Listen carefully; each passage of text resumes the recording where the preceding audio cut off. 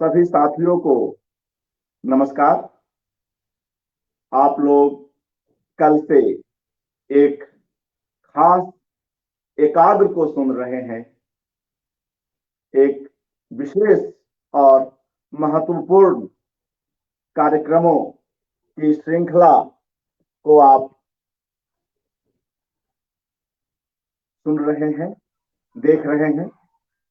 और मित्रों, यह जो एकाग्र है, यह हमारे समय के एक बेहद महत्वपूर्ण कथाकार, कवि और बाल साहित्यकार नवीन सागर जी पर केंद्रित है।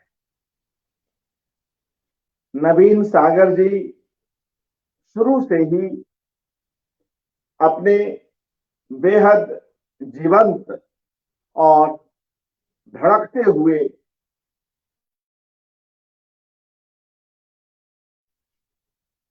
उनसे जुड़े तमाम लोग इसके कई कई उदाहरण देते हैं।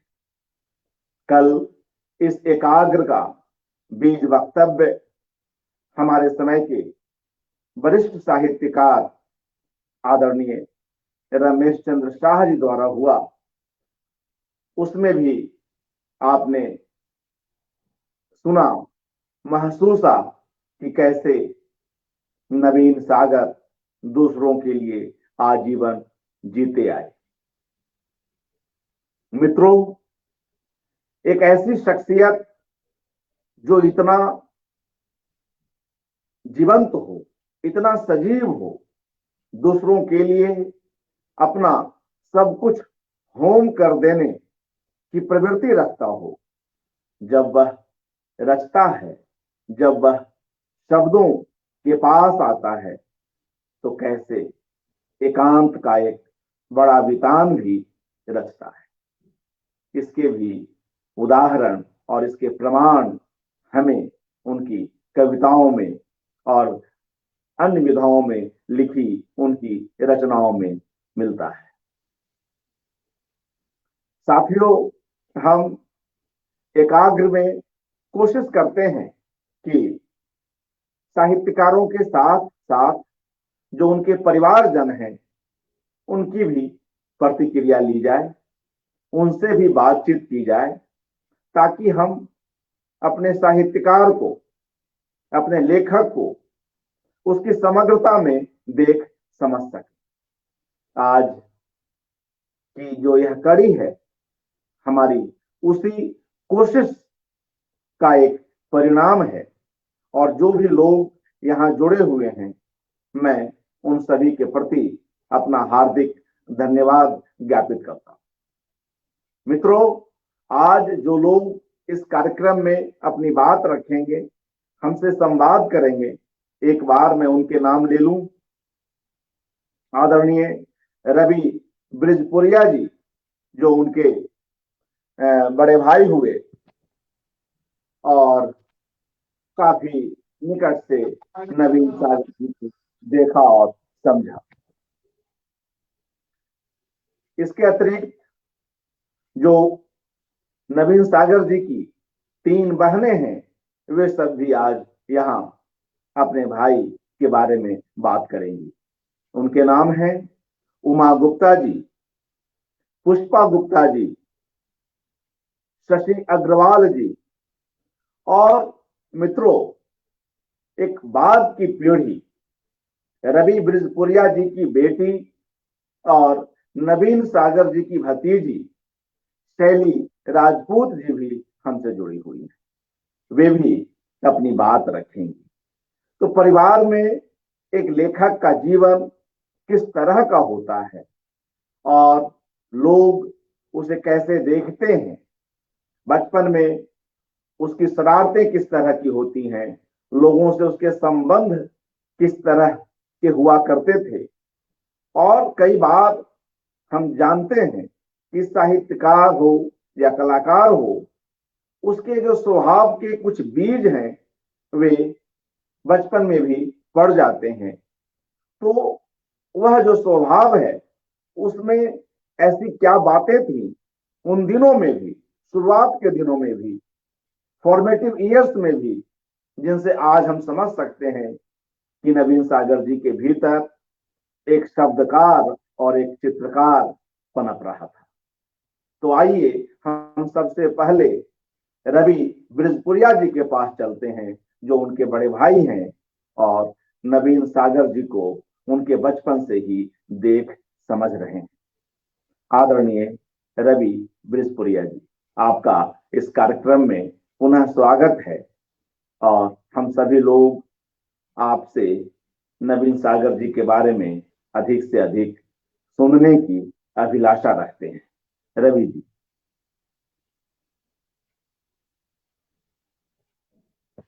जी रवि जी।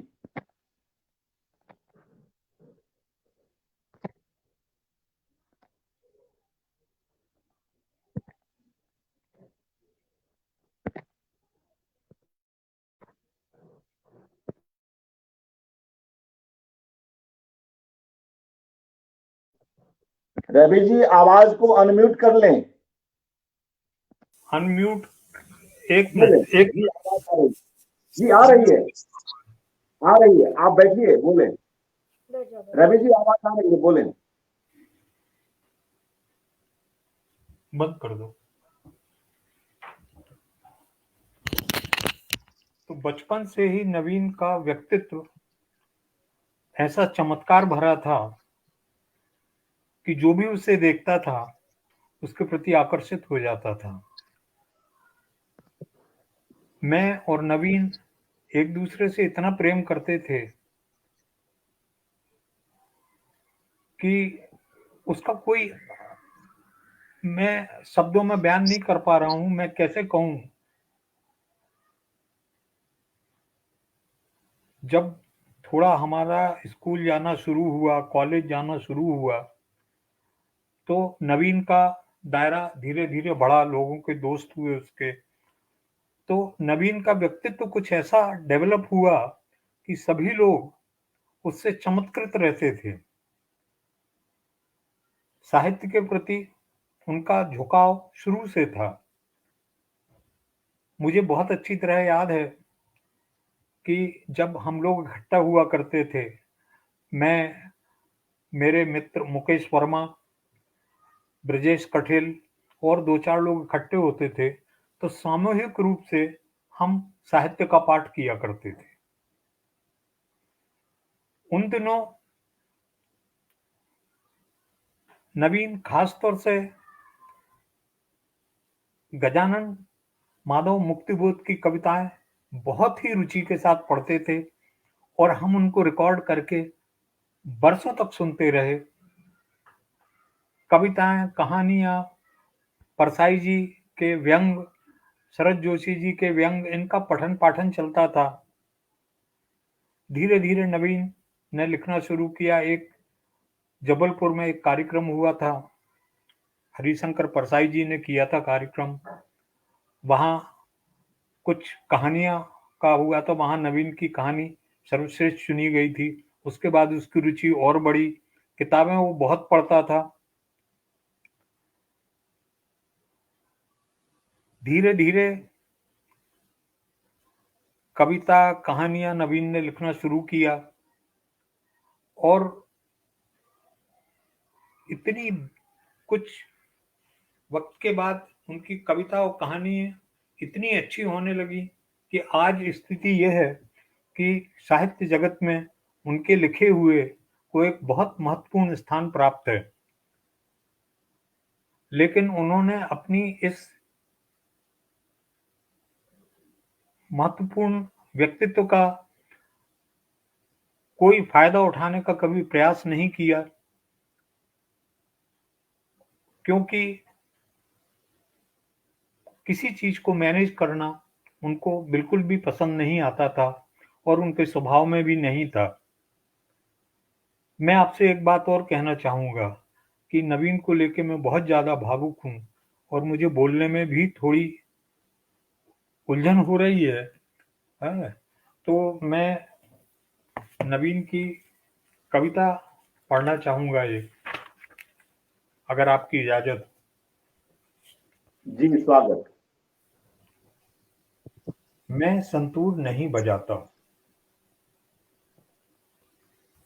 संतूर नहीं बजाता, नहीं बजाता तो नहीं बजाता, पर क्या बात है कि नहीं बजाता। है तो कितना बेतुका आघात कि मैं संतूर नहीं बजाता। कैसे इतना जीवन गुजर गया, मुझे ख्याल तक नहीं आया कि मैं संतूर नहीं बजाता। कैसे इतना जीवन गुजर गया, मुझे ख्याल तक नहीं आया कि मैं संतूर नहीं बजाता। और होते होते हालत आज ये हुई कि मैं इतनी बड़ी दुनिया में संतूर नहीं बजाता। कोई संगीतज्ञ नहीं हूं, मगर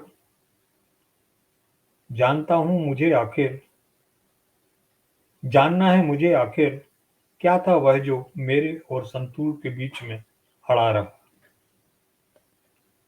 यह नहीं कि मैं बजाना चाहता हूं, जानना चाहता भर हूं आखिर वह क्या था मेरे और संतूर के बीच कि मैं दूर दूर तक संतूर नहीं बजाता।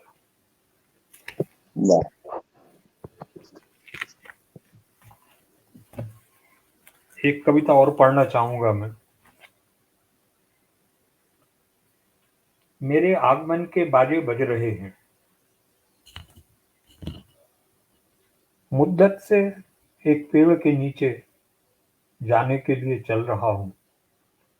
मुद्दत से एक पेड़ के नीचे जाने के लिए चल रहा हूं।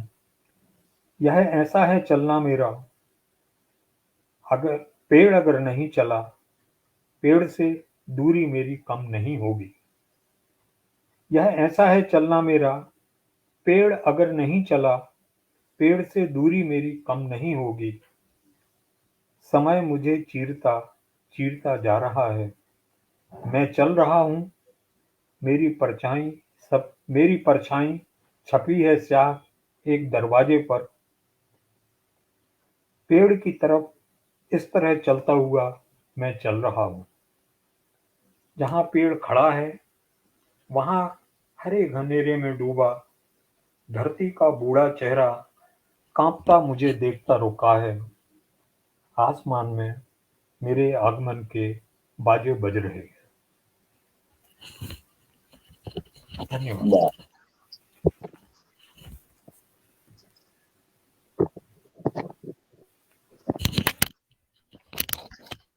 मित्रों, हम पुनः जी रवि के पास लौटेंगे।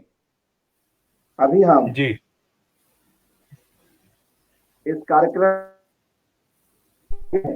और उनकी बहन को बुलाते हैं, उमा गुप्ता जी से कुछ बातचीत करते हैं कि उमा गुप्ता जी को आज नवीन सागर जी से जुड़ी किस तरह की स्मृतियां।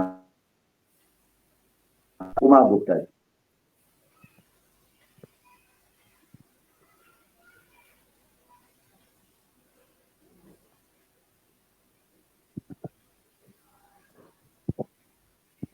तो कुछ बोलना चाहूंगी।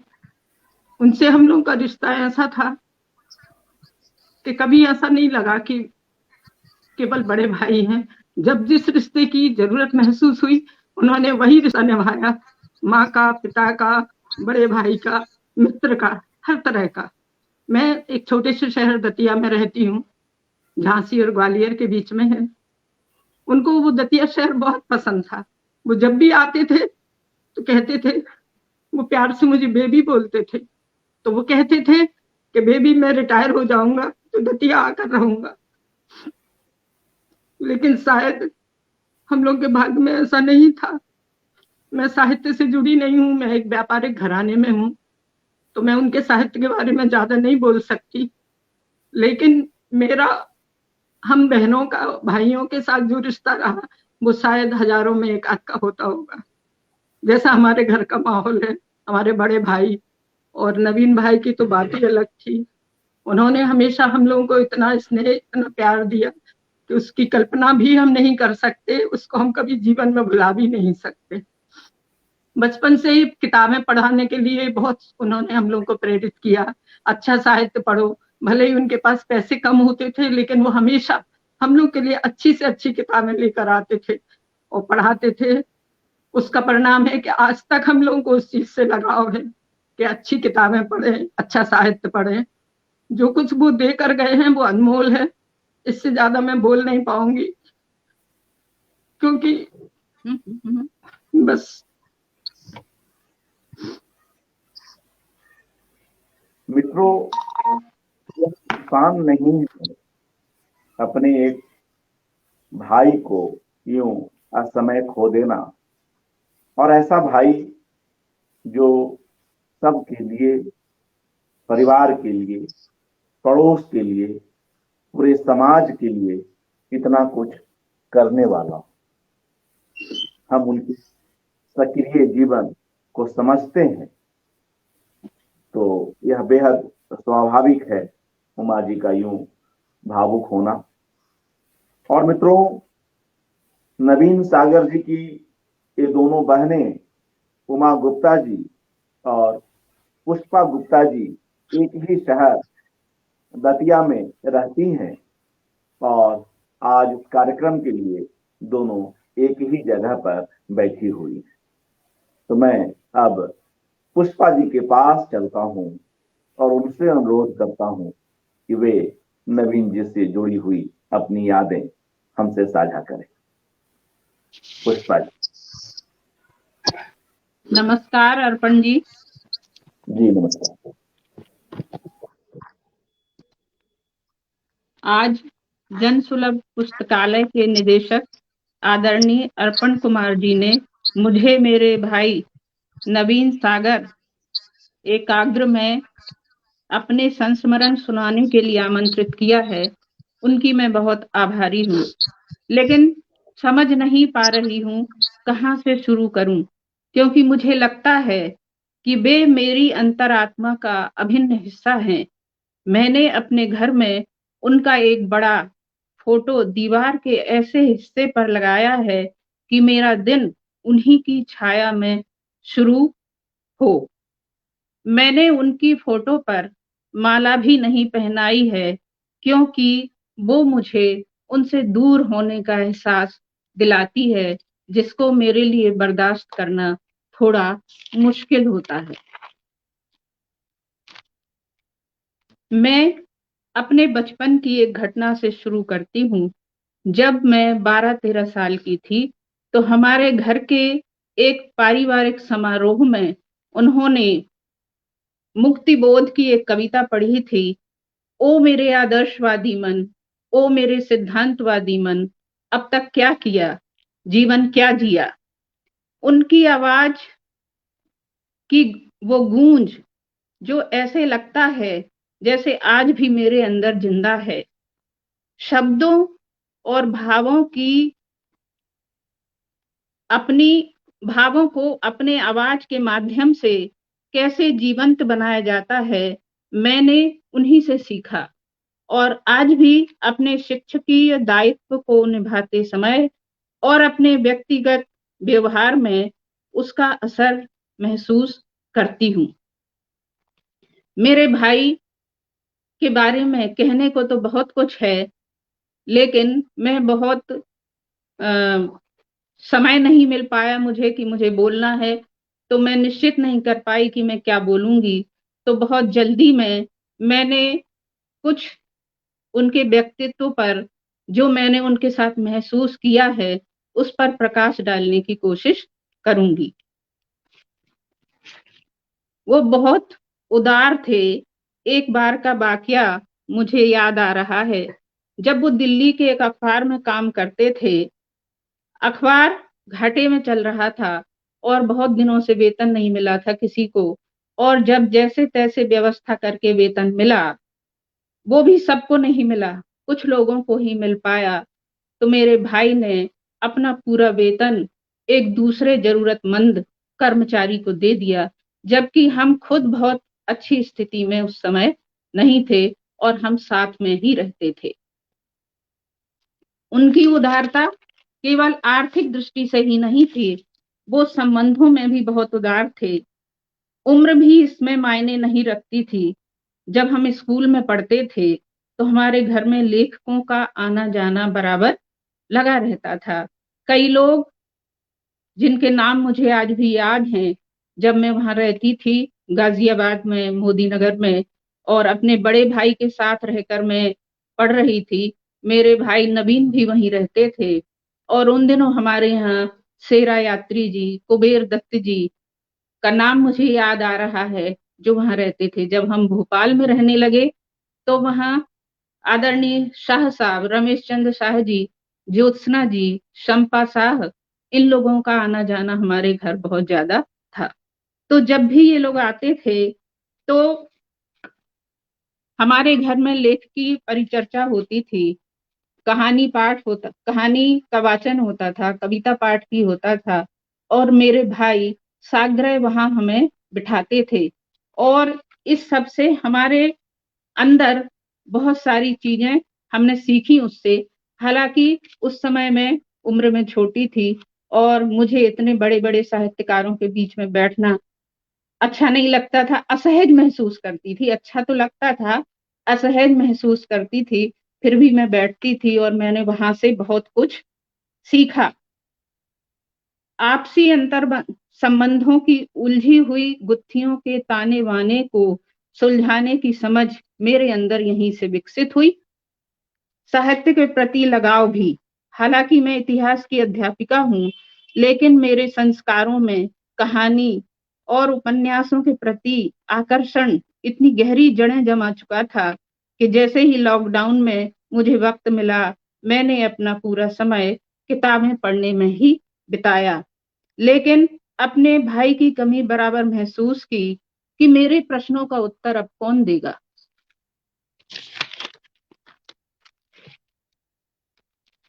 उनकी एक और खासियत थी कि अगर उन्हें कोई बात सही नहीं लगती थी तो वे किसी भी हद तक जाकर उसका विरोध करते थे और उसको सही करने के लिए कोई भी खतरा मोल लेने के लिए तैयार हो जाते थे। आज से लगभग 50 साल पहले जब उन्होंने अंतरजातीय विवाह किया, परिवार में जबरदस्त भूचाल आ गया। मुझे और मेरी छोटी बहन को घर बैठा दिया गया। बीए हमने प्राइवेट किया, लेकिन मेरे भैया परिवार और रिश्तेदारों की घोर असहमति के बावजूद हमें अपने साथ भोपाल ले गए। हमीदिया कॉलेज में हमारा एडमिशन करवाया और हमें आत्मनिर्भर बनाने के लिए बहुत ही सीमित संसाधनों के बावजूद जो वो कर सकते थे उन्होंने किया। आज मैं जो कुछ भी हूँ उन्हीं की वजह से हूँ और आत्मनिर्भर होने के कारण एक सम्मानजनक जीवन मैंने जिया और अभी जी रही हूँ। इसका हकदार उन्होंने ही मुझे बनाया। वो उनके अंदर एक ऐसा दुर्लभ गुण था कि वो अपने सामने वाले को सम्मान देने में कभी नहीं चूकते थे, चाहे वो उनसे उम्र में बहुत छोटा ही क्यों ना हो। हम उनसे डरते भी थे। जब हम वहां पढ़ाई कर रहे थे भोपाल में, तो मेरे भाई जब रात को कहीं से लौट कर आते थे 10 बजे के करीब, और यदि हम उन्हें सोए हुए मिलते थे तो वो हमसे सिर्फ इतना ही कहते थे कि अरे ये लोग इतनी जल्दी सो गई क्या। और अगर दूसरे कमरे से भी मुझे इसकी भनक लगती थी तो हम बहुत अलर्ट होते थे। हम हमेशा इस बात के प्रति सचेत रहते थे कि हमें कहीं ये सुनने को ना मिले कि हम सो गए। तो ये उनकी खासियत थी, इसी की वजह से हम इतना आगे बढ़ पाए। एक बात और मैं शेयर करना चाहूंगी आप सभी से कि जब मेरा विवाह हुआ, शायद उनकी इच्छा नहीं थी कि उस समय मेरा विवाह हो, लेकिन परिवार और रिश्तेदारों के दबाव के कारण मेरा विवाह हुआ। और जब मैं सही तरह से वहां एडजस्ट नहीं कर पा रही थी, मैं थोड़ा परेशान थी, तो उन्होंने मुझे एक चिट्ठी लिखी। उस चिट्ठी को मैं यहाँ पढ़ना चाहूंगी, अगर अर्पण कुमार जी की इजाजत हो तो। जी बिल्कुल, स्वागत। हाँ, उन्होंने लिखा, प्रिय पुष्पा, कल तुम्हारी भेजी डायरी हाथ लगी। रंग आंखों को भाने वाले हैं, बॉर्डर और भी उम्दा। अब इस डायरी में इस महीने अर्राकर लिखी कविताएं व्यवस्थित कर सकूंगा। इस प्रकार यह डायरी मृत्यु पर्यंत मेरी निधि रहेगी। तुम्हारी भेंट का यह बड़ा ऊंचा मूल्यांकन कहा जाएगा। उम्मीद है अपनी डायरी की यह भूमिका तुम्हें पसंद आएगी। अगर उसके पन्नों के बीच में संख्या और रंगीन पट्टी का अवरोध न होता तो वह वस्तु गुण के कारण भी प्रशंसा पाती, मगर इसकी कमी तुम्हारी भावनाओं ने पूरी कर दी है। और कुल मिलाकर यह डायरी मुझे करीब आधे घंटे न सिर्फ प्रसन्न किए रही, बल्कि बाद के 2 घंटे तुम पैदा होने से बड़ी होने तक मेरे दृष्टि पटल पर बनी रही। दृष्टि पटल नहीं, स्मृति पटल पर। और 2 घंटे बाद मन उदास हो गया, क्योंकि मेरा एक सपना तुम्हारे सपने में बड़ा होता रहा और नियति सपनों की नींद में अपना जाल बुनती रही। मैं तुम्हारे सपने में टूटा सपना लिए जाग रहा हूं। तुम्हारा सपना नियति के जाल में बड़ी मासूम और बड़ी मायूस कोशिश कर रहा है सपने से बड़ा होने की। मगर बागजाल को नमस्कार। तुमने फार्म भरा है, मेरी बड़ी इच्छा थी ऐसा तुम करो। शशि काम कर रही है, शशि मेरी छोटी बहन, शशि काम कर रही है, आत्मनिर्भर है। सूटकेस में से 10-10 के नए नोट निकाल कर एक दिन मुझे दे रही थी, अपनी मनपसंद चीज खा लूं। आत्मनिर्भरता आदमी को उम्र से भी बड़ा और हृदय से भी विशाल बनाती है। उपदेश को नमस्कार। तुम खुद समझदार हो और जानती हो कि जो कुछ कहना होता है तुम्हारा यह असफल, लफाज और गैर जिम्मेदार भाई शब्दों के बावजूद कहता है। जो कहा गया है शब्दों के आसपास है, शब्दों में नहीं। भाई नवीन। तो ये उनकी चिट्ठी मैंने आज तक बड़े जतन से संभाल कर रखी है। हालांकि ये जर्जर हो चुकी है, लेकिन ये मेरी अलमारी के बिल्कुल ऐसी जगह पर रखी हुई है जहां किसी का हाथ ना पहुंचे और जो हमेशा बिल्कुल सुरक्षित बनी रहे।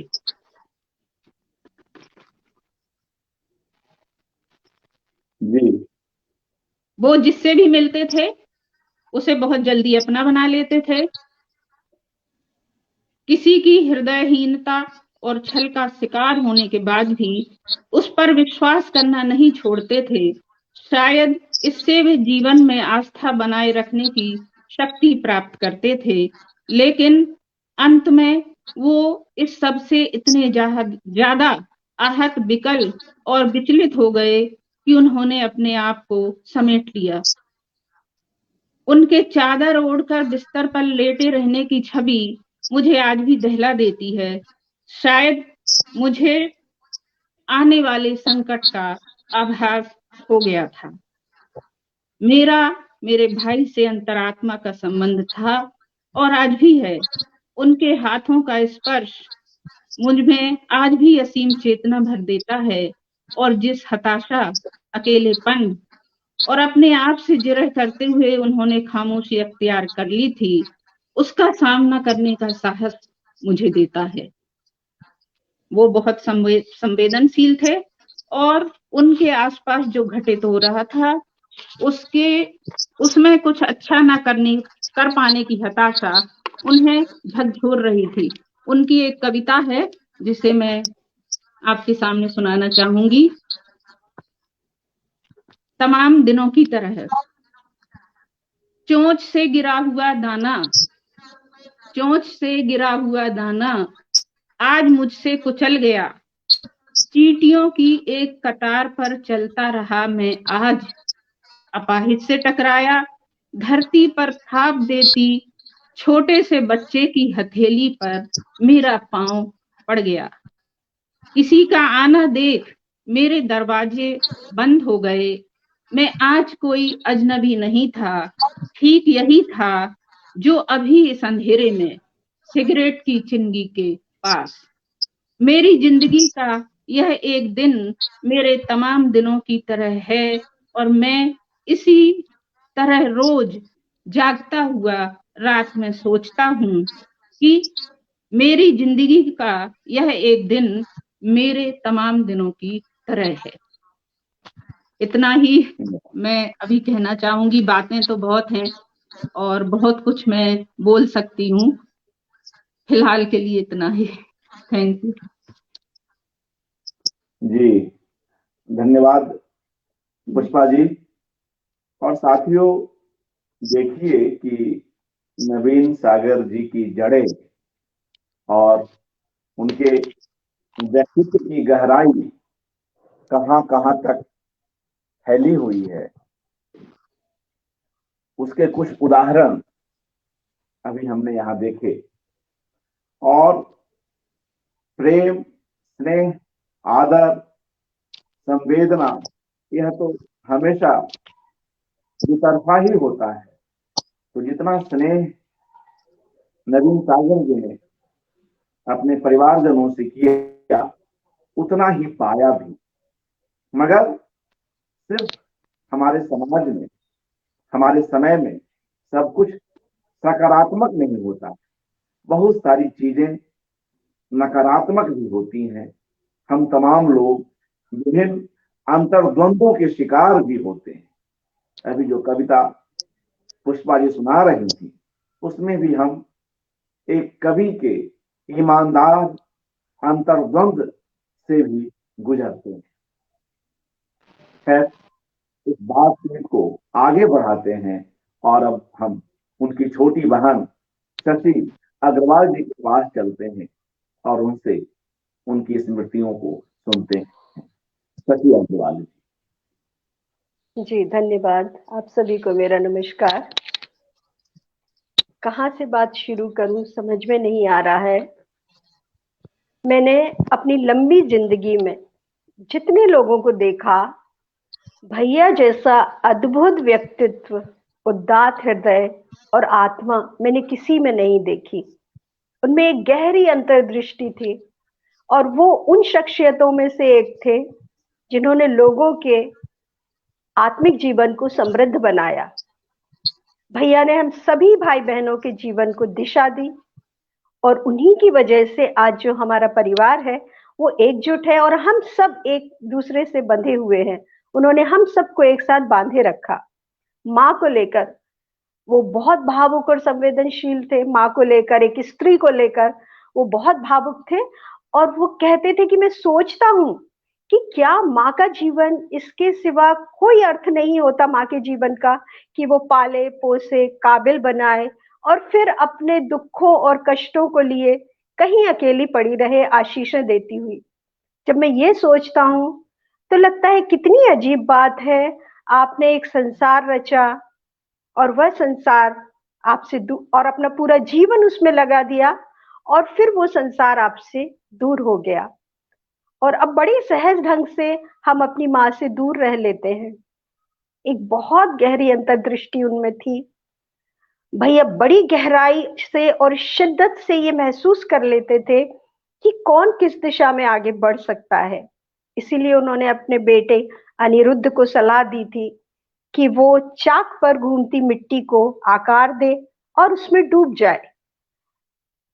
आदित्य सागर जो छोटा बेटा है, उन्होंने उसके बारे में एक बार कहा था कि वो मुझसे कहा था उन्होंने एक बार कि शशि, ये बच्चा बहुत तीव्र ऊर्जा का है और कला, संगीत, चित्रकारी ही है जो प्रबल भाव ऊर्जा वालों के लिए उनका अपना संसार खोलता है। समता सागर को उन्होंने हमेशा लेखन के लिए प्रेरित किया। तो सभी बच्चे, हम सभी को भैया सभी के साथ एक बहुत गहरा और विलक्षण संबंध बना लेते थे। एक पत्र है जो उन्होंने मेरे पति हरेंद्र को लिखा था और वो मुझे बहुत प्रिय है। मैंने उसको बहुत संभाल के रखा है। एक तरह से मेरी अमूल्य निधि है वो एक तरह से हमें जीवन का अर्थ जीवन का सार या निचोड़ हमें बताता है। तो उसकी कुछ चंद लाइनें मैं पढ़ना चाहती हूँ। उन्होंने लिखा कि यह बात मेरी समझ में आज तक नहीं आई कि जीवन जगत के बारे में मेरा जो सोचना था, धीरे धीरे आप उससे लगभग अभिन्न ढंग से सोचने लगे हैं। तब फिर मेरे प्रति विकर्षण का आपके आगे क्या कारण है? हाँ, यह मैं आज भी कहता हूं कि पहले आप एक अति पर थे और अब दूसरी अति पर हैं। शायद इसलिए कि आप एक चिड़िया की तरह या एक किसान की तरह या एक पेड़ की तरह साधारण जीवन में खो जाने को तैयार नहीं, जबकि मेरा मानना है कि हर असामान्यता एक निमग्न सामान्यता की उदात्त गूंज के सिवा कुछ भी नहीं। आपके भीतर की बेचैनी को मैं शायद बहुत अच्छे से समझता हूं। अपने जीवन को ही नहीं, समूची सृष्टि को अर्थ देने, और यदि उसमें कोई अर्थ, कोई तार्किक आत्यांतिकता है, तो उसके अर्थ को खोज निकाल ले और फिर उसी अर्थ से प्लावित जीवन जीने की बेचैनी। एक ऐसी भूमिका का निर्वाह या आविष्कार जो इस जीवन जगत को सुख से, आनंद से, करुणा से भर दे। मैं समझता हूं उस अर्थ की तलाश या ये भूमिका का आविष्कार बहुत चेतन ढंग से उसके पीछे पड़ के नहीं किया जा सकता। उसके लिए जरूरी है जीवन की साधारणता, सामान्यता में एक समर्पित निमग्नता, जो एक चींटी में दिखती है, एक चिड़िया में दिखती है, या उस आदमी में जिसकी कोई महत्वाकांक्षा नहीं, जिसके बड़े ऊंचे सपने नहीं, ऊंचे विचार वगैरह नहीं, पर जिसे जीवन से प्रेम है और जिसे जीना अच्छा लगता है, और जो जानता है कि कुछ करते रहने से बड़ा अर्थ जीवन का कुछ नहीं होता, और इसीलिए जिसके भीतर आनंद की लहरें उठा करती हैं, और इसीलिए जो अपने दुख दर्दों से विचलित नहीं होता। इसीलिए रेशम के इस कीड़े की तरह है जिसे नहीं पता कि वो रेशम का कीड़ा है। तो इस तरह के पत्र जो है हमारे लिए बहुत अमूल्य है।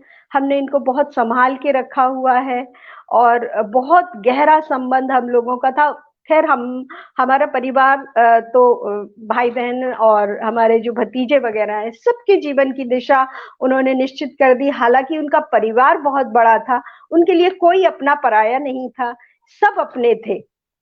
उनकी कविताएं अगर हम देखें तो वो उनके व्यक्तित्व से बिल्कुल अलग नहीं थी। मुझे उनकी कुछ कविताएं बहुत पसंद है, जिसमें एक, जैसा मैंने अभी बताया कि माँ के बारे में, स्त्री के बारे में वो बहुत संवेदनशील थे। और उन्होंने लिखा कि मैं अब स्त्री की तरह रहूंगा।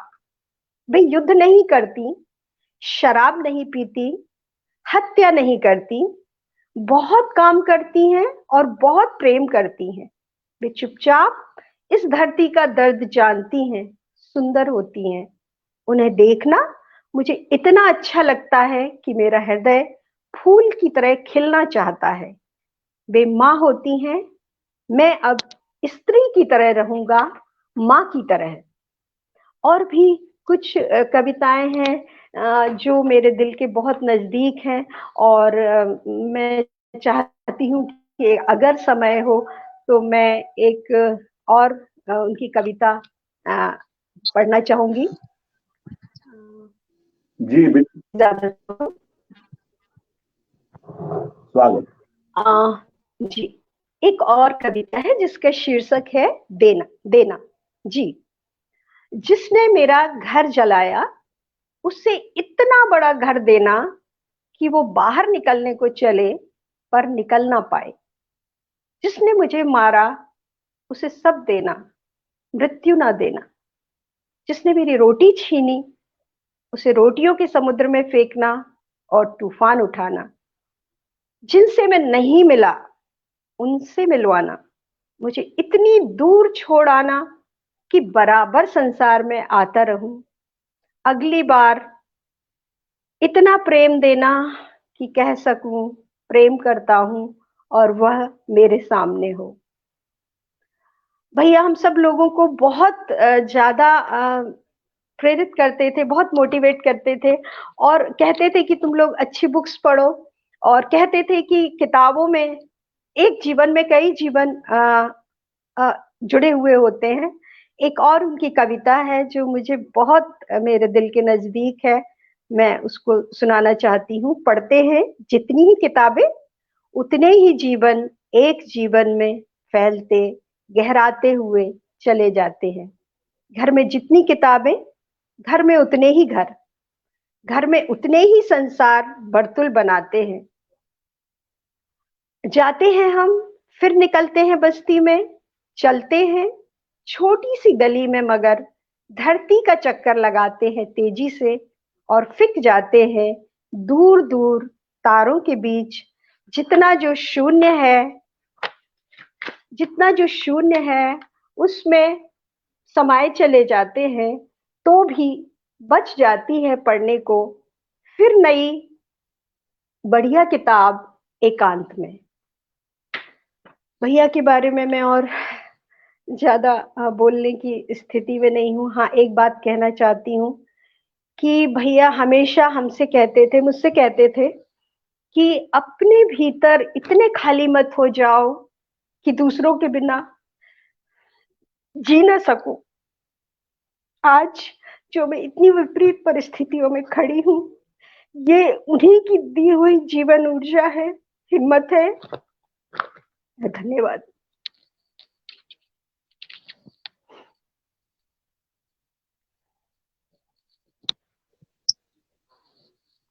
जी, शुक्रिया अग्रवाल जी।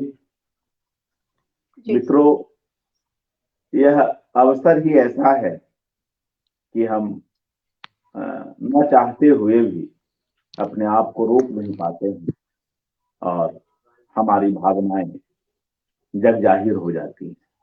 लेकिन साहित्य का तो काम ही यही है। तमाम साहित्यकार लोग, कलाकार लोग इन भावनाओं के बीच ही रहते हैं, इस विचारशीलता में ही निरंतर अवगाहन करते।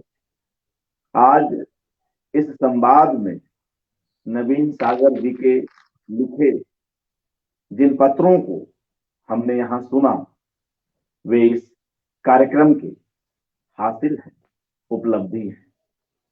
और उसमें भी उनका जिस तरह का विचार हमारे सामने आता है, और इस तरह के पारिवारिक पत्रों में भी जैसी सधी और विचार प्रवण भाषा हम देखते हैं, वह अद्भुत है।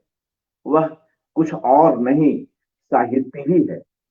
और उनके विभिन्न पत्रों को संकलित करके उसे पुस्तकाकार प्रकाशित करने की भी मुझे लगता है कि एक आवश्यकता है, जिस पर शीघ्र ही काम किया जाना चाहिए।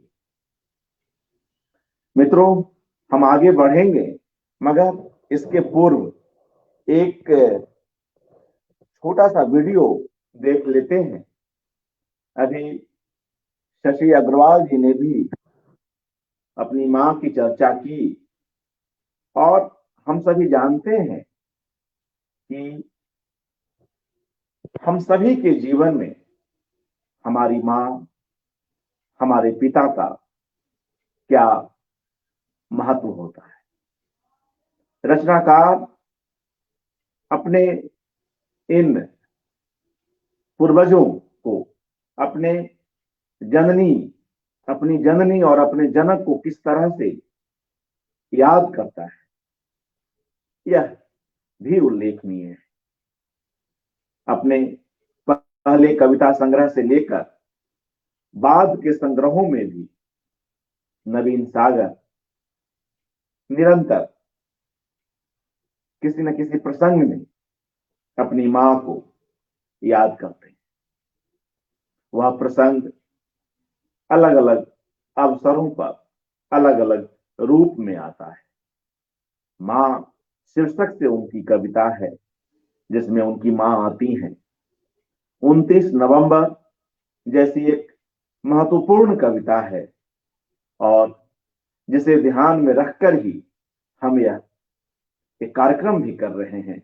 हम इस एकाग्र को भी कर रहे हैं क्योंकि 29 नवंबर को ही नवीन सागर जी पैदा हुए थे। तो उसमें भी वे अपने जीवन और मौत को लेकर बात करते हैं। कल भी आपने रमेश चंद्र शाह जी की ओर से उनकी इस भावबोध की कविता सुनी। साथ में उनके परवर्ती संग्रह में भी मां पर केंद्रित उनकी कविता है।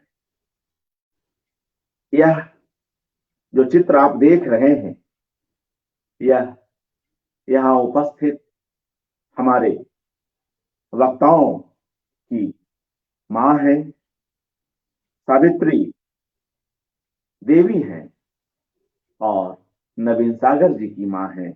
और यहाँ जो हमारे साथ वक्तागण उपस्थित हैं, रवि ब्रिजपुरिया जी, उमा गुप्ता जी, पुष्पा गुप्ता जी और शशि अग्रवाल जी उनकी मां हैं।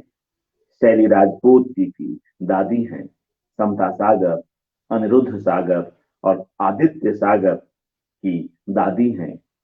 और कैसे एक महिला अपने 6 बच्चों को संभालती है और उन्हें शिक्षा के महत्व को समझाती है और तमाम संघर्षों के बीच अपने बच्चों को पढ़ाती है। नवीन सागर जी की एक कविता मैं रह गया ओ मां, मैं यहां पर सुना रहा हूं। यह कविता उनके संग्रह हर घर से गायब में संकलित है। मैं रह गया ओ मां, दुनिया नहीं थी तो क्या था, कुछ भी नहीं था तो क्या था, मगर बनते बनते अध बना गिरा, दब के मरा वह जो नहीं रहता, दब के मरा वह जो नहीं रहता, बनता अगर वह कौन, कब से, जब से यह दुनिया, कितनी बार मरा, किसने दिया कंधा हर बार, मेरा यहां एक अंधा और मैं चलता चलता कितनी दूर निकल गया अपने बिस्तर के पास। मां ओ मां, जीने की शक्ति दो, समझने की, हंसने की ओ मां। कवि किन तरह की शक्तियों के लिए अपनी मां के पास जाता है।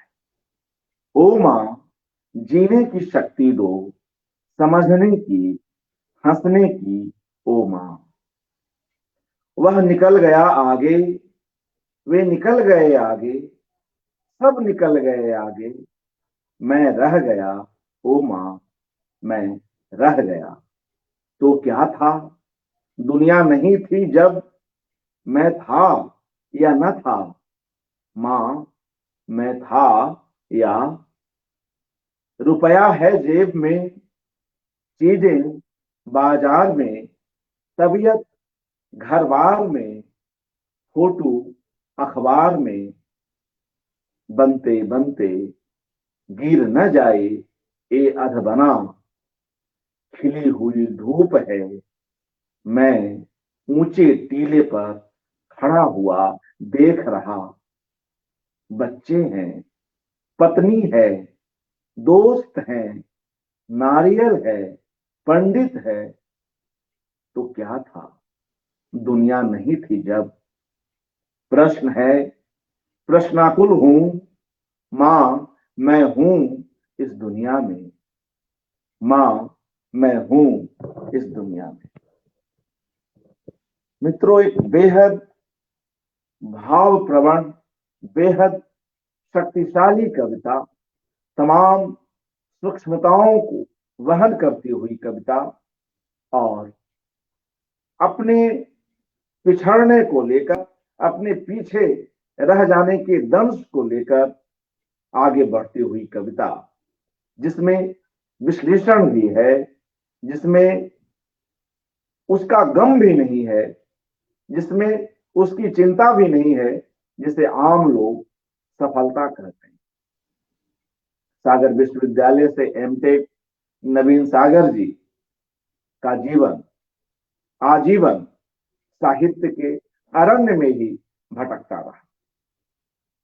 वे सफलताओं की बंधी बंधाई लीक को तोड़ने वाले कवि हैं। आपने आज इन तमाम प्रसंगों में इसके कुछ अंश भी देखे, इसकी झलकियां भी देखी। वे अपनी बहनों के लिए, अपने बच्चों के लिए भी वैसे ही उन्मुक्त हैं, वैसे ही वे उन्हें सहज जीवन कौशल से जोड़ने की बात करते हैं, जिसमें जीवन रहे, जिसमें सफलता की जो यांत्रिकता होती है, जो उसका एक मशीनीकरण होता है, जो बाजार का दबाव होता है, वह न रहे। जीवन अपने सहज रूप में आगे बढ़े। नवीन सागर हमेशा इसकी चिंता करते रहे और शिक्षा को लेकर, साहित्य को लेकर कितने सजग रहे, इसके भी विवरण हमने यहाँ पर देखे। अब मैं मित्रों इस कार्यक्रम में उस व्यक्तित्व को बुला रहा हूं, शैली राजपूत जी को बुला रहा हूं, जो उनके साथ गहरे जुड़ी रही हैं, जो नवीन सागर जी की भतीजी हैं, रवि ब्रिजपुरिया जी की बेटी हैं। और नवीन सागर उन तमाम प्रसंगों के लिए जाने जाते हैं जिसमें लोग उन्हें अपना दोस्त मान लेते हैं। उनके बच्चे, उनकी बच्ची उन्हें अपना दोस्त मानती है, उनके भतीजे, उनकी भतीजियां अपना उन्हें दोस्त मानती हैं, और तमाम आसपास के लोग, उनकी उम्र के लोग, उनकी परवर्ती पीढ़ी और उनकी पूर्ववर्ती पीढ़ी, तमाम लोगों से उनके अपने बेहद निजी स्तर पर संबंध रहे, और जिसमें वे कई कई लोगों के राजदार भी रहे, जिसकी चर्चा कल शाह साहब ने भी की और आज के कार्यक्रम में भी हमने उसके कुछ उदाहरण देखे, कुछ चीजें सुनी। तो मैं शैली जी से निवेदन करता हूं कि वे अपनी बात रखें। शैली राजपूत जी। नमस्कार सभी को। मुझे समझ ही नहीं आ रहा, मैं इतनी भावुक हो गई हूँ ना सभी की बातें सुन के। बुआ लोगों ने इतने अच्छे से सारी बातें याद कराई, पापा ने इतने अच्छे से उनकी कविता और उनसे जुड़ी हुई कितनी सारी यादें बताई। तो मतलब अभी मैं इतनी भावुक हो रही, मुझे समझ में भी नहीं आ रहा। लेकिन अगर मैं याद करूं तो मतलब जब मैं 5वीं कक्षा पास करी थी तब पापा का ट्रांसफर ग्वालियर से भोपाल हुआ था। तो उस समय बहुत उत्साह था मन में कि हम लोग ऐसे शहर में जा रहे हैं, चाचा जहाँ पे रहते हैं। लेकिन उस उत्साह के अलावा इस बात का अंदाजा भी नहीं था कि वहां पहुंचने के बाद जो हमारा सफर होगा आगे चाचा के साथ, वो इतना अद्भुत होने वाला है। और वहीं से मतलब हमारा व्यक्तित्व आज हम लोग जिस भी तरीके के हैं या मतलब जो भी हैं हम आज, तो मतलब उसमें सारी छवि मतलब वहीं से आई है। मतलब उन्होंने जो हमें दिखाया, जीवन को जिस तरीके से देखना उन्होंने हमें सिखाया, बस वही सब मतलब उसी के साथ हम बड़े हुए हैं और वही हमारे व्यक्तित्व में है आज तक। तो उन्होंने जब हम छोटे-छोटे थे तो आस-पास ही रहते थे, घर हमारा पास में ही था चाचा के, तो वो इकट्ठा कर लेते थे सब बच्चों को और इतना प्रोत्साहित करते थे। और वो हमेशा एक ही बात बोलते थे कि सभी बच्चों को मतलब सभी लोगों को सब कुछ करना चाहिए। मतलब ये नहीं कि सिर्फ चित्र बना लिया, तुमको चित्र भी बनाना चाहिए, कविताएँ भी लिखना चाहिए। तो वो क्या करते थे कि मतलब जैसे वो उन्होंने सब बच्चों को बोला कि आज सारे बच्चे चित्र बनाएँगे, तो सब बच्चों को बहुत सारी मतलब शीट्स लाके देना और रंग हर तरीके के रंग लाके दे देना और बड़े-बड़े चित्रकारों की किताबें लाके दे देना, रख देना हमारे आगे और बोलना कि तुमको जैसा मन करे वैसे इसमें रंग भरो, चित्र बनाओ और फिर मुझे दिखाना, मैं दूसरे कमरे में तुम लोगों के चित्रों का इंतजार कर रहा हूँ। ऐसे ही कभी होता था कि वो बोलते थे कि कविताएं लिखो, और सब कविताएं लिखने बैठ जाते थे, अपना अपना कोना पकड़ के कविताएं लिख रहे हैं, और हम सबको बस ये रहता था कि हम सबसे अच्छी कविता हम ही लिख के चाचा को सुनाते हैं, देखते हैं चाचा हमारी कितनी तारीफ करते हैं। तो उनसे तारीफ लेना अपने आप में मतलब एक मतलब बड़ा हमको घमंड होता था कि अरे हमने कविता लिखी और चाचा ने इतनी अच्छी, मतलब वो जिस तरीके से प्रोत्साहित करते थे ना, उसका मतलब आज तक मेरे को कोई, मैं कंपेयर ही नहीं कर सकती किसी और को उनके साथ में। तो उन्होंने मतलब मैंने अपनी जो पहली कविता लिखी थी उनकी वजह से ही आज मैंने जो प्रोफेशन लिया, मतलब मैं एक टीचर हूँ, मैं आर्ट से जुड़ी हुई हूँ, आज तक मैं कविताएं भी थोड़ी बहुत लिख लेती हूँ, और ये सब उन्हीं की वजह से, उनके प्रोत्साहन की वजह से।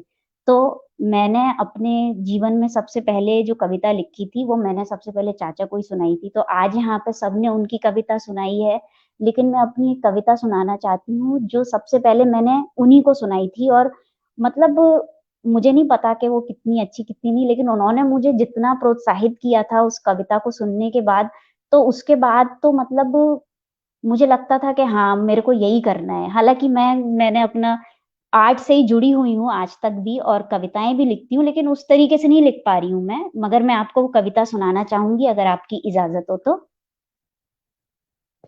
जी स्वागत। तो कविता कुछ इस तरीके से, छोटी सी कविता है, ज्यादा बड़ी नहीं है। बहुत कुछ देखना रह जाता है, आंखों के सामने से बहुत कुछ गुजर जाता है। बहुत कुछ देखना रह जाता है, आंखों के सामने से बहुत कुछ गुजर जाता है। जिस घर में हमेशा से रहे उसके कुछ कोने देखने से छूट जाते हैं, और कुछ कोने ऐसे भी होते हैं जो अक्सर याद आते हैं। याद आती है गर्मियों की दोपहर की वो ठंडी जमीन। बस इतना ही।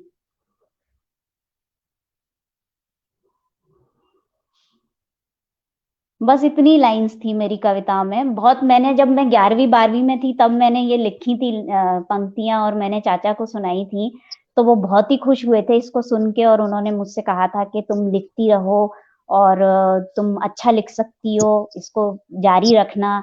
तो उनसे प्रोत्साहन बहुत मिला, और उनकी वजह से हम हमेशा से जुड़े रहे हैं। हमने कहानियों से जुड़े रहे, कविताओं से जुड़े रहे, चित्रों से जुड़े रहे। तो बस इतना ही बोलना चाहूंगी। और यादें तो बहुत हैं, और आज हमारा जो भी व्यक्तित्व है, अगर मैं आपको बताऊं तो मेरे जितने भी भाई बहन हैं, हम सब कजिन्स हैं, हम सारे के सारे कविताएं भी लिखते हैं, चित्र भी बनाते हैं।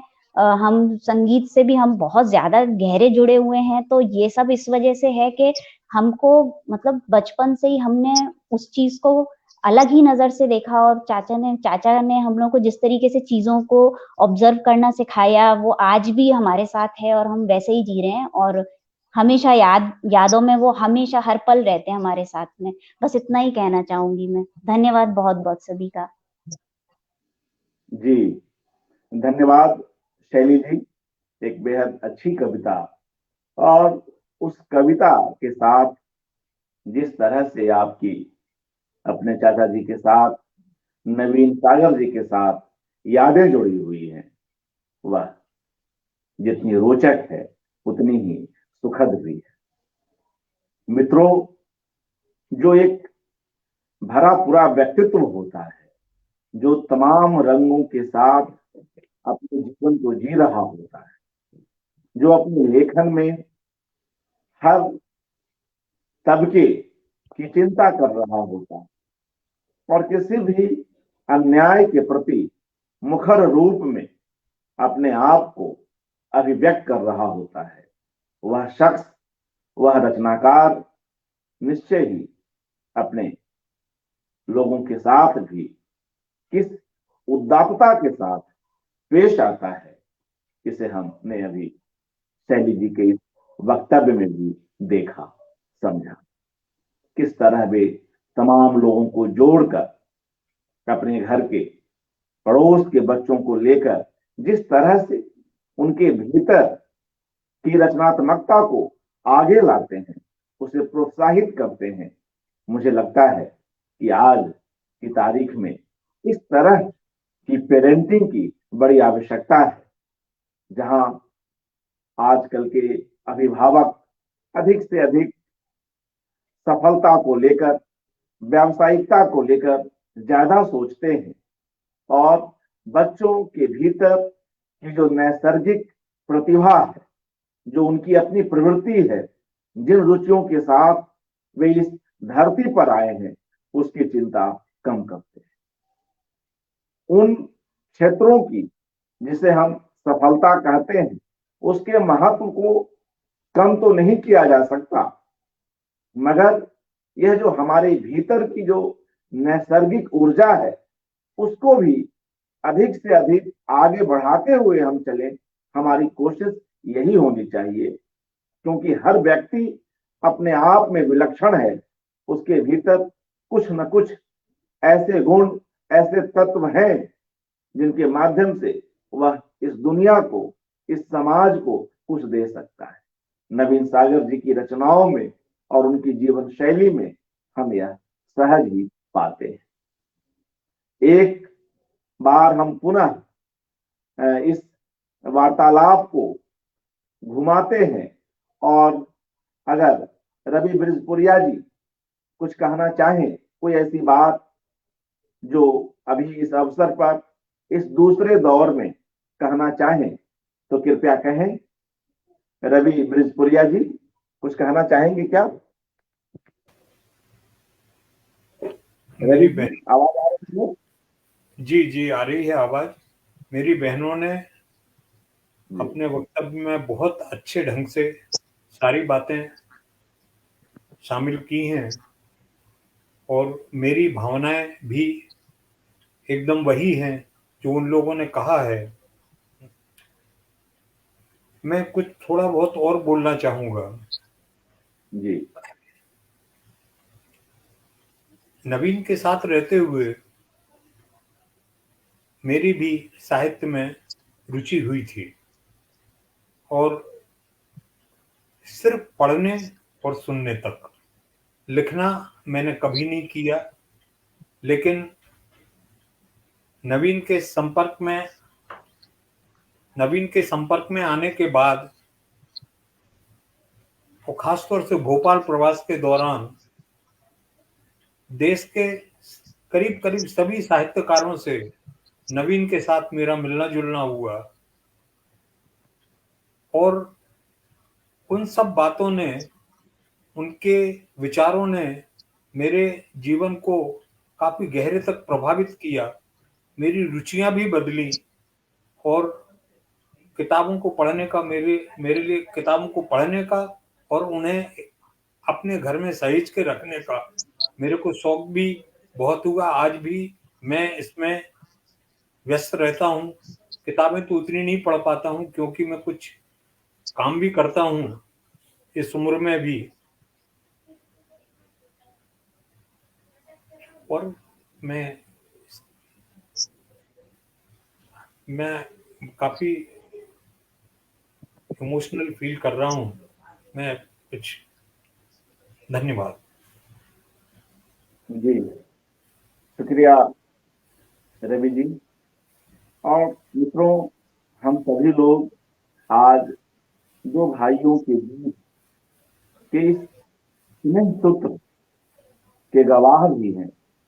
वे लोग भी जो इस परिवार को कम जान रहे हैं, या वे लोग जो बाद की पीढ़ी के लोग हैं, कैसे परिवार में भाई और भाई के बीच, भाई और बहन के बीच, चाचा और भतीजे के बीच रिश्ता, संवेदना घनीभूत होती है, इसे महसूस रहे हैं।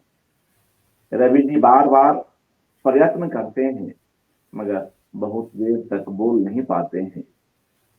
तमाम लोग जो इस कार्यक्रम को अभी देख रहे हैं, इस अनुभूति को समझ सकते हैं। उमा गुप्ता जी कुछ कहना चाहेंगी?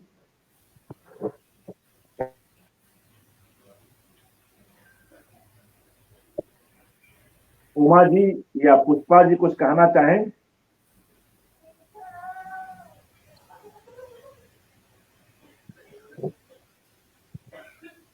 रही क्या मेरी? जी आवाज आ रही है। आ रही है, आ रही है, आ रही है। भैया के बारे में बोलना बहुत कठिन है। हमारे बड़े भाई ने सब बोला, हमारी दोनों बहनों ने और मेरी भतीजी शैली ने बहुत अच्छी तरह से चाचा के बारे में बताया सब कुछ। हम लोगों का अनुभव बहुत गहरा है उनके साथ। वो बहुत ज्यादा लगाव रखते थे परिवार के साथ, माँ के साथ, हम बहनों के साथ, सारे बच्चों के साथ। उनने कभी किसी में फर्क महसूस नहीं किया। हम लोगों को इस बात से संतुष्टि है कि उनकी बेटी समता में भी अपने पापा जैसे गुण हैं। वो भी सारे परिवार को एक साथ लेकर चलती हैं और सबकी चिंता करती हैं। भैया के बारे में बोलना तो बहुत कुछ चाहती हूँ, लेकिन समझ में नहीं आता और गला भर आता है, मैं बोल नहीं पाती, इसलिए समझ में नहीं आता क्या बोलूं। सोचती थी कि शायद और जीवन मिलेगा उनके साथ रहने के लिए, लेकिन हम लोग बहुत कम समय उनके पास रह पाए। मेरी शादी बहुत कम उम्र में हो गई थी, 19 साल की थी मैं जब। मेरे पिताजी जो थे वो थोड़े पुराने ख्यालात के थे और वो नहीं चाहते थे मेरा विवाह वहां हो जहां मैं चाहती थी। तो भाई ने किस तरह से उनसे कोई बात नहीं कर पाता था हमारे पिताजी से, लेकिन हमारे भैया में पता नहीं क्या कला थी कि वो हर व्यक्ति को खुश कर लेते थे और उन्होंने उनको मनाया और मेरा विवाह वहां किया जहां मैं चाहती थी। हर तरह से हर व्यक्ति के, हर परिवार के सदस्य के लिए जो कुछ भी वो कर सकते थे कोशिश करते थे कि अधिक से अधिक करें, सबको खुश रखने की कोशिश करते थे। बच्चों को तो इतना खुश रखते थे। आज शैली ने जो कहा या हमारी दोनों छोटी बहनों ने जो कहा, ये लोग बहुत ज्यादा समय उनके साथ रही हैं, मैं बहुत कम समय उनके पास रह पाई हूँ क्योंकि मेरी शादी जल्दी हो गई थी। तो इन लोगों के अनुभव जो हैं उतने, और ये लोग एक ऐसी लाइन में है, टीचिंग लाइन में है, प्रोफेसर है मेरी दोनों बहनें।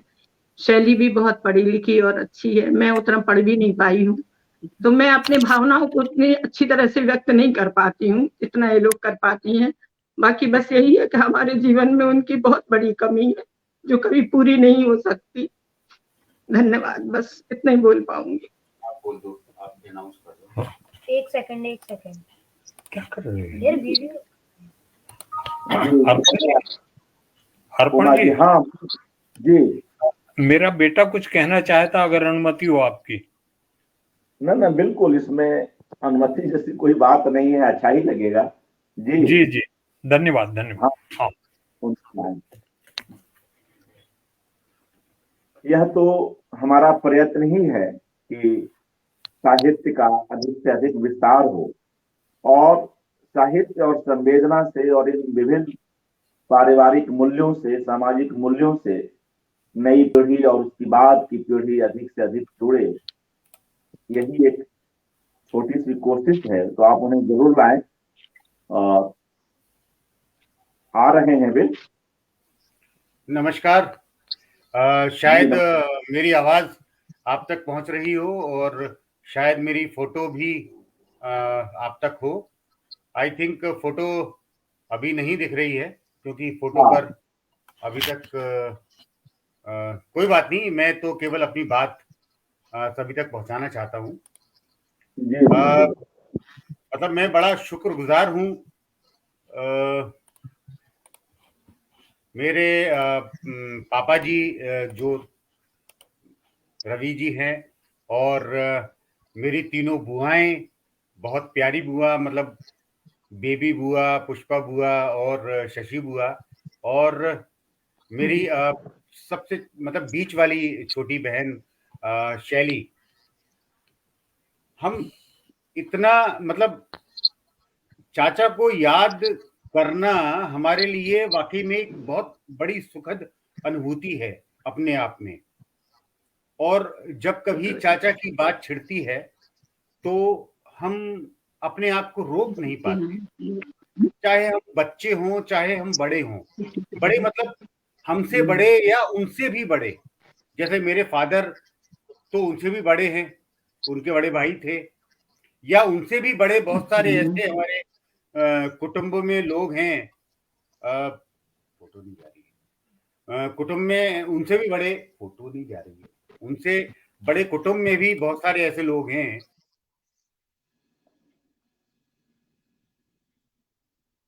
चाचा से ज्यादा मतलब उम्र और सारी चीजें रखते हैं, लेकिन उसके बाद भी जो चाचा की जो बात थी ना वो एकदम अलग ही थी। हमने मतलब मुझे जो चाचा की एक स्मृति जो हमेशा मुझे रही कि जो किस्सा गो वाली बात है, जो हम कहते हैं ना कोई किस्सा गो होगा, तो मुझे नहीं लगता कि चाचा से बड़ा किस्सा गो आज तक इस धरती पे कोई हुआ है। जब वो बचपन में थे उनके वो सारी बातें की, कैसे उन्होंने अपना बचपन गुजारा, फिर जब वो अपनी जवानी में आए तब उनका वो सारी बातें कैसे गुजरी, और एक जो उनमें जो बात थी कि हम उनको सब इतना प्यार क्यों करते हैं, मतलब ये एक मतलब ये एक जलन का विषय भी हो सकता है कि मैं शायद चाचा को इतना प्यार क्यों करता हूं। कभी मुझसे बेबी बुआ ये सवाल कर सकती हैं कि भाई तुम ये चाचा को क्यों इतना प्यार करते हो यार, मुझको क्यों नहीं याद करते, मुझको क्यों नहीं प्यार करते, या शशि बुआ ऐसा बोल सकती हैं। जलन का विषय हमारे परिवार में एक ही हो सकता है, लेकिन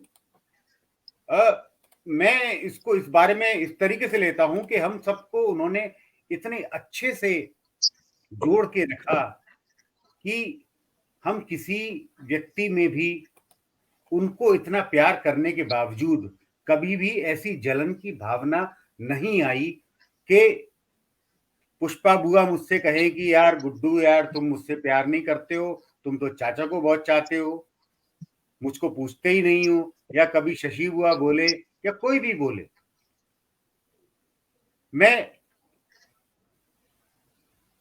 अगर मैं अपना जीवन जो जैसा कि मैंने स्टार्ट किया, बहुत मतलब जब मैं छोटा था तो मुझे नहीं पता था कि मैं क्या करूंगा।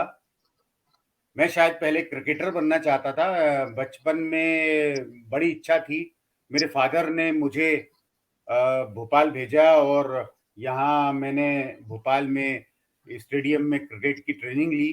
चाचा ने मुझे बहुत प्रोत्साहित किया। उस वक्त वो प्रोफेसर कॉलोनी में बहुत बड़े से मकान में रहते थे जिनमें बड़ा बगीचा हुआ करता था, और उस मकान में उन्होंने पूरी तरफ चारों तरफ जाल लगा दिया क्रिकेट का, चूंकि मैं क्रिकेट सीख रहा था और उनकी इच्छा थी कि मैं शायद भारतीय क्रिकेट टीम में खेलूं, ऐसा उनका सपना था मुझे देखने के बाद।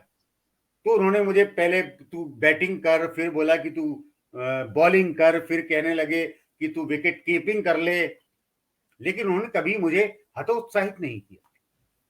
अल्टीमेटली जब मेरा कुछ नहीं हुआ तो मैं वापस अपने ग्वालियर चला गया और पढ़ने लगा। उन्होंने कहा अब तू पढ़, तो मैं पढ़ा, और जब मैं पढ़ने के लिए वापस भोपाल आया और मैंने ग्रेजुएशन कर लिया, तब उन्होंने मुझे राह दिखाई। मेरे पास मतलब कोई तरीका नहीं था कि मैं क्या करूं, क्या मुझे करना चाहिए। तो उन्होंने मुझे कहा यार मैं तुझे ले चलता हूं। तो वो मुझे अपने एक परम मित्र संतोष चौबे जी के पास ले गए। आप भी जानते होंगे उनको। संतोष चौबे जी के पास वो लेके गए और उन्होंने बताया कि यार ये मेरा भतीजा है, इसको कुछ करो। तो संतोष चौबे जी ने फिर मुझे राह दिखाई, मुझे सिखाया, पढ़ाया, और मैं आज जहां तक भी हूं वो खासकर मेरे चाचा जी और नवीन सागर साहब और मेरे जो वाकई में गुरु हैं संतोष चौबे जी, उनकी बदौलत मैं आज जहां भी पहुंचा हूं वहां पर हूं, और मेरा परिवार जो पूरा है वो मेरे साथ हमेशा रहा है। थोड़ी बहुत कविताएं कभी कभी मैं लिख लेता हूं, और ये सब जो देन हमारे बीच हमारे हम सब लोगों बच्चों में आई है। चाहे अच्छा मैं मतलब मेरा जो छोटा बेटा है, मतलब वो भी आज की डेट में बहुत अच्छी कुछ कुछ कभी लिख लेता है, 6वीं 7वीं क्लास में पढ़ता है, कुछ लिख लेता है, कुछ बना लेता है, कुछ कर लेता है। तो ये जो एक जो बीज वो हम सब में पड़ा, शैली की बिटिया भी बहुत अच्छा काम कर रही है, बहुत छोटी है, वो 7वीं 8वीं क्लास में पढ़ती है। हम सबके जो बच्चे हैं उन सबके बीच में जो वो जो चीज आई, या हमने अपने बच्चों को उस तरीके से देखना शुरू किया। आज मैंने अपने बड़े बेटे पे, ना मैंने छोटे बेटे पे कभी कोई प्रेशर नहीं डाला कि तुमको करना क्या है। मैंने यही कहा कि बेटा तुमको जो करना है, जो तुम सोचते हो वो तुम करो, जैसा करना चाहते हो वैसे करो। ये सारा जो चीज हमारे अंदर चीजों को समझने की, समाज के प्रति चेतना, अपने लोगों के प्रति चेतना, ये सारी जो चीजें आई वो हमारे बीच में हमारे चाचा जी की वजह से ही आई। मैं अक्सर उनकी कहानियां, कविताएं पढ़ता हूं, भावुक हो जाता हूं। आज भी जब मैं आप लोगों की बातें सुन रहा था तो बार बार मेरी आंखों से आंसू निकल रहे थे, टपक रहे थे, तो मैं अपने आप को रोक नहीं पाया। मैं अल्टीमेटली पापा जी के कमरे में आके मैंने बोला कि मैं भी कुछ बोलना चाहता हूं, और मैं आपको बहुत धन्यवाद देना चाहूंगा कि आपने मुझे बोलने का मौका दिया। बस धन्यवाद जी, शुक्रिया। और मित्रों, एक व्यक्ति, एक रचनाकार किस तरह से कम उम्र पाकर भी अपने परिवार को, अपने पड़ोस को, अपने समाज को इतना समृद्ध कर जाता है कि बाद की कई पीढ़ियों में भी हम कुछ ऐसे गुण, कुछ ऐसे तत्व देखते हैं जिन्हें देखकर, जिन्हें पाकर, जिन्हें महसूस कर हम विश्वास से भर उठते। तो बाद की इन पीढ़ियों में और उनके परिवार के इन बच्चों की जहां बात हो रही है, वहां भी कुछ ऐसे ही गुण हैं। और कम उम्र पाकर भी नवीन सागर जी साहित्य को, अपने परिवार को और जिन जगहों से, जिन संस्थाओं से वे जुड़े रहे, उन सब को कितना समृद्ध किया है, अपने तई इसे हम समझ सकते हैं। उनकी कहानियां, उनकी कविताएं, उनका बाल साहित्य, उनकी पेंटिंग इस बात के उदाहरण है।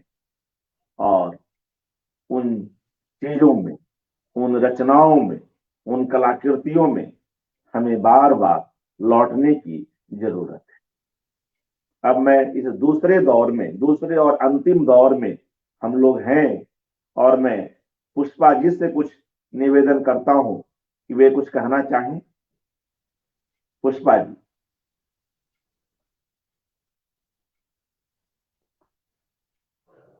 हमेशा मैंने महसूस की है अपने भाई के बारे में, और मुझे उसके ऊपर आश्चर्य भी होता है कि ऐसा क्यों है। वो बात ये है कि मैं जब भी कभी ये महसूस करती हूँ कि मैं परेशानी में हूँ या मुझ पर कोई संकट आएगा, तो मुझे अपनी माँ की याद नहीं आती, मुझे अपने भाई की याद आती है। और हमेशा मेरे अंदर एक सुरक्षा का भाव जागता है कि कोई साथ दे ना दे, मेरे भाई मेरा जरूर साथ देंगे। आज भी मैं ऐसा महसूस करती हूँ, जबकि वो नहीं है, और मैं उन्हीं से हमेशा प्रेरणा पा करके अपने सारे काम करती हूँ। धन्यवाद जी। और इस दूसरे और अंतिम दौर में हम लोग शशि अग्रवाल जी के पास चलते हैं, और कोई ऐसी बात जो उन्हें याद आ रही हो तो वे कृपया हमसे साझा करें। शशि जी, अपने को अपना माइक ऑन कर लें। जी। नहीं सर, मैं ज्यादा नहीं बोल पाऊंगी अब। मैं बहुत भावुक हो रही हूँ। हाँ, लेकिन एक चीज मुझे बहुत तकलीफ पहुंचाती है कि जो समाज में जो अन्याय है, जब हम लोग इसकी बात भैया से करते थे तो वो हमें समझा, और मेरे भाई के साथ भी बहुत अन्याय हुआ, तो वो हमें बहुत दुख होता था, हम सब लोगों को, पूरे परिवार को। तो वो हमें समझाते थे कि जब आदमी अपने संस्कार छोड़ देता है और इतना स्वार्थी हो जाता है कि आजू बाजू के लोगों को मारकर खाने में भी उसे कोई हिचक नहीं रह जाती, तो फिर उससे मनुष्यता की, न्याय की, नैतिकता की उम्मीद करना बिल्कुल व्यर्थ है। बस दुख ये होता है कि ईश्वर ने उनको बहुत कम समय दिया। वो हमारे साथ होते तो हम सबको और इस समाज को बहुत कुछ दे सकते थे।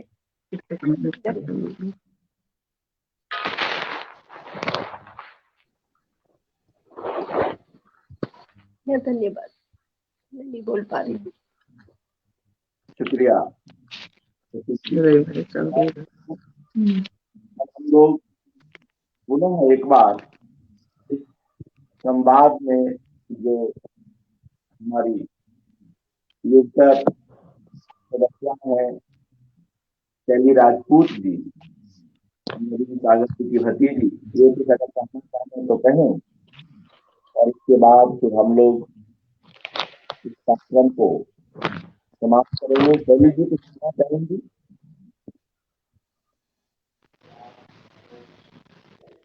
शैली जी कुछ कहना चाहेंगी? हाँ जी, हाँ जी, हाँ जी, एक मिनट, मेरा अपने कैमरा आप थोड़ा को सा। ठीक हो गया जी, कहें। हाँ जी, सब लोगों ने सारी बातें बोल दी हैं, लेकिन अभी भी मतलब अगर मैं अभी सबकी बातें सुनते सुनते मैं सोच रही थी, तो अभी भी इतना कुछ है चाचा के बारे में बात करने के लिए। तो मुझे याद आता है कि हम लोग सब साथ साथ ही ज्यादातर रहते थे, क्योंकि आसपास ही घर था। तो हम लोग सब बच्चे ना बैठ के वेट करते, चाचा का इंतजार करते रहते थे कि वो शाम को कब ऑफिस से वापस आएंगे और हमें कुछ हमारे साथ बैठ के बढ़िया बहुत ही मजेदार मजेदार बातें करेंगे, कुछ किस्से सुनाएंगे। तो अक्सर होता ये था कि चाचा का व्यक्तित्व ऐसा था कि हर कोई उनके साथ समय बिताना चाहता था। तो अक्सर ही ऐसा होता था कि वो ऑफिस से आते हुए लेट हो जाते थे, और हम लोग सारे के सारे थोड़े मतलब थोड़ा मुंह फुला के बैठ जाते थे सारे बच्चे, और सोचते थे कि अब देखते हैं कि चाचा क्या करते हैं। तो जब चाचा घुसते थे घर के अंदर, तो उनको पहले से ही पता होता था कि अब उनको एक्सप्लेनेशन देनी है सबको कि क्या बात है और वो इतने लेट क्यों हो गए। तो जो उनके अपनी बात को, क्योंकि वजह तो कोई नहीं होती थी, वजह तो यही होती थी कि कोई और उनका समय मतलब उनके साथ समय बिता रहा होता था, और उनके साथ जो अनुभव उनके होते थे, उन मतलब उनको एक्सपीरियंस को ले रहा होता था उनके साथ बैठ के। तो हम लोगों को वो कैसे इस चीज़ की एक्सप्लेनेशन देंगे, तो वो क्या करते थे, हमें किस्से सुनाते थे कि हुआ क्या रास्ते में उनके साथ। तो मतलब वो किस्से इतने रोचक होते थे कि हम ये तो भूल ही जाते थे कि वो लेट हो गए हैं, और हमारे साथ उन्होंने कम समय बिताया है। तो जो किस्से हुआ करते थे, वो तो मतलब वो अपने आप में मुझे तो लगता है कि उन पर ही कहानियाँ लिखी जा सकती हैं। अगर दीदी ज़्यादा अच्छे से सुना सकती हैं, समता दीदी अगर उनको ज़्यादा अच्छे से ये सारी बातें कहनी आएँगी, लेकिन मैं यही बताना चाहूँगी कि उनको अपनी बात बहुत अच्छे से रखनी आती थी, किस्सों, कहानियों के ज़रिए, और अपने बचपन की जो उनकी यादें थीं, जो बचपन की कहानियाँ थीं, वो भी हम लोगों के साथ शेयर करते थे, और हमको इतना प्रोत्साहित करते थे कि हम लोग भी लिखते रहें। तो हम सारे बच्चे आज भी, मतलब अब सब बड़े-बड़े हो गए हैं हम लोग भी, लेकिन हम लोगों ने कविताएँ लिखना, कहानियाँ लिखना किसी ने भी छोड़ा नहीं है, और अक्सर ही हम लोग आपस में एक-दूसरे को कविताएँ, कहानियाँ सुनाते रहते हैं, और आज भी हमें यहाँ पे मौका मिला अपनी बात रखने का। बहुत-बहुत धन्यवाद, और सभी का धन्यवाद। और भैया ने भी आके बोला, बहुत ही अच्छा लगा। मेरी तरफ से मैं इतना ही बोलना चाहूँगी। जी, शुक्रिया शैली जी, और आप सभी लोगों का हार्दिक धन्यवाद कि आप लोग इस कार्यक्रम में आज शामिल हुए और अपना बहुमूल्य समय दिया। मित्रों, अब हम लोग इस कार्यक्रम को समाप्त कर रहे हैं। आज की इस कड़ी को, आज की इस दूसरी कड़ी को कल हम एक अगली कड़ी के साथ पुनः आएंगे, और उनके कई अन्य पक्षों पर चर्चा होगी, उनकी कहानियों पर भी, कविताओं पर भी, और तमाम दूसरे पक्षों पर भी। लेकिन जाते जाते मैं इस अवसर पर उनकी एक कविता सुनाता हूं। जीवन से भरे लोगों, पुकारो मुझको कहीं से, बहुत जीवन से भरे लोगों, पुकारो नाम लेकर, खींच लो बाहर पकड़कर हाथ, अजब डर की खोह में भीतर, बहुत भीतर कहीं मैं झर रहा हूं, धूल में अपनी उबारो। मुझे भी बोलने का सुख, हवा में डोलने का सुख, आत्मा के द्वार पूरे खोलने का सुख मुझे भी चाहिए, मुझे भी चाहिए कुछ काम, वर्षा में निरंतर भीगते जाना, कहीं आना कहीं जाना, निकालो बाहर अभी इस बंद पारावार में, हर तरफ से पंजे बढ़ाती मौत मुझको घेरती ही घेरती जाती, खुले में जगत का झूला नहीं मैंने कभी झूला, फिरूं मैं स्वयं को भूला, बिखर कर फैल जाना है, बिखर कर फैल जाना है।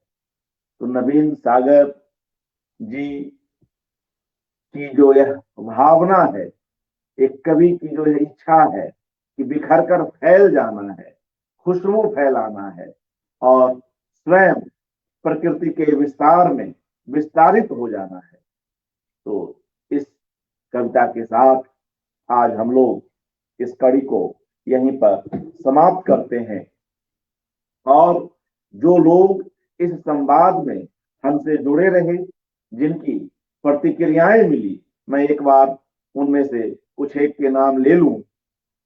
चंद्रकला त्रिपाठी जी, बाल कीर्ति कुमारी जी, सत्य नारायण जी, विपिन चौधरी, आशीष सिंह, बंकिम जी, अंशुमती, महेंद्र रंगा, केशव उमर, रमेश गुप्ता जी, नंदा महाशब्दे, मानवेंद्र प्रसाद, ज्योति गुप्ता, आशावरी महाशब्दे, प्रवीर गुप्ता, अनिरुद्ध सागर, निधि चोपड़ा, मेहा गुप्ता जी, अनुराग गुप्ता, निखिल मोरी, निर्मला सिंह, राम कुमार तिवारी जी, समता सागर जी, अनुराग गुप्त, उर्मिला शीरीष जी, प्रभा मिश्रा जी, ज्ञान गुप्ता, छाया सागर जी, गगन गुप्ता जी और वे तमाम लोग जो इस कार्यक्रम को देख रहे हैं, सुन रहे हैं, शिखर त्रिपाठी जी और मित्रों कुछ एक लोग, सभी के कुछ एक के नाम छूट भी गए होंगे,